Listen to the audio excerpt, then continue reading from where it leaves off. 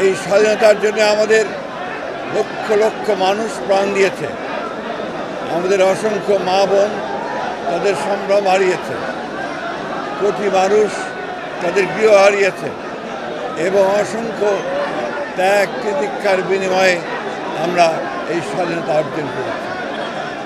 আজ থেকে প্রায় 54 বছর আগে আমরা স্বাধীন হয়েছি। দুর্ভাগ্যের কথা তখন যে লক্ষ্যকে সামনে নিয়ে, আশা আকাঙ্ক্ষাকে সামনে নিয়ে, চেতনাকে ধারণ করে আমরা যুদ্ধ করেছিলাম একটা স্বাধীন, একটা মুক্ত, স্বাধীন, সার্বভৌম, গণতান্ত্রিক বাংলাদেশ। সেই বাংলাদেশ আমরা এখন পর্যন্ত পুরোপুরি অর্জন করতে সক্ষম হই। এর মধ্যে অনেক চড়াই উতরাই গেছে।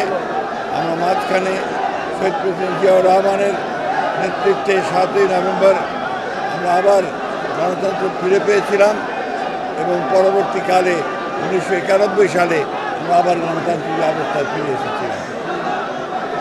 একটা ফ্যাসিস্ট সরকার হাসিনার নেতৃত্বে দীর্ঘ 15 বছর এই জাতির উপরে তারা নির্যাতন চালিয়েছে, হত্যা করেছে, গুপ্ত হত্যা করেছে, গুম করেছে, করে ক্ষমতায় টিকে থাকতে চেয়েছে। 15 বছর এবং জুলাই আগস্টের ছাত্র জনতার বিদ্রোহের মধ্য দিয়ে, গণঅভ্যুত্থানের মধ্য দিয়ে আমরা আবার এই গণতন্ত্রকে ফিরে পাওয়ার সুযোগ ফিরে পেয়েছি।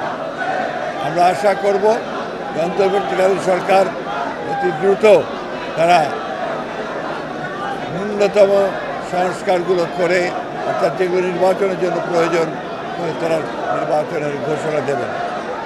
আমি অত্যন্ত হতাশ হয়েছি যে গতকাল প্রধান উপদেষ্টা যে বক্তব্য রেখেছেন সেই বক্তব্যে তিনি সেই রোড ম্যাপের কথা বলেন না।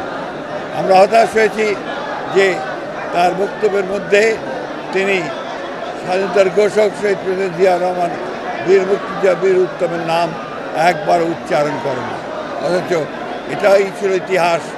আমরা আবারও চাই না আওয়ামী লীগ যে ইতিহাস বিকৃত করেছে এখন আবার সেই ইতিহাস বিকৃত হোক।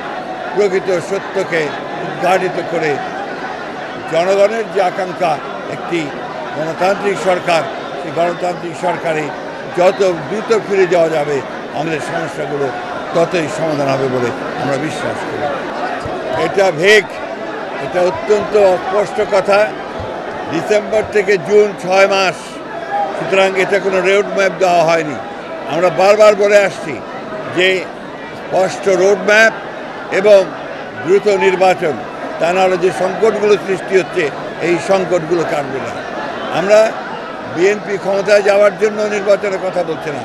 বিএনপি জাতির স্বার্থে, জাতিকে রক্ষা করার স্বার্থে, স্বাধীনতা সামগ্রীকে রক্ষা করার স্বার্থে বিএনপি নির্বাচনের কথা বলছে, নির্বাচিত পার্লামেন্ট এবং সরকারের কথা বলছে।